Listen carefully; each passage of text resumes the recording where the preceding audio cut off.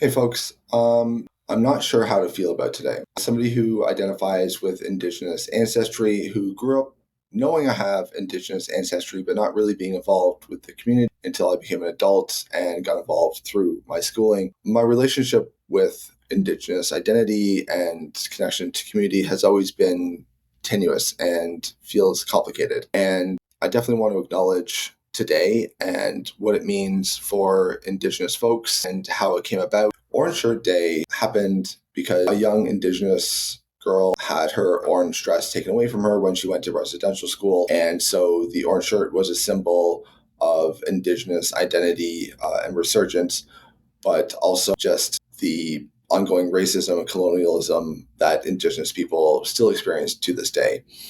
And it has been kind of co-opted as the National Day of Truth and Reconciliation. And in a lot of places, it can feel very performative, which kind of happens anytime you get a big movement that gets co-opted by kind of the mainstream discourse.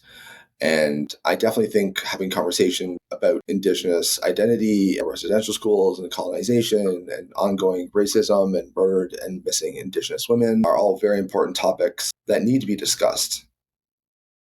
But I feel like they need to be discussed more than just once a year during National Truth and Reconciliation Day. And we have the calls to action, and very few of them have been implemented because, to be honest, in order to implement them in a real, proper way, outside of just what Indigenous peoples do themselves, requires political will and money.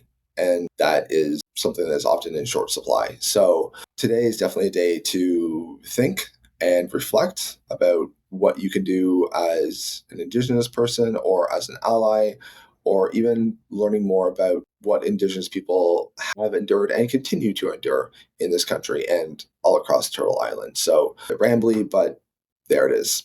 Miigwech.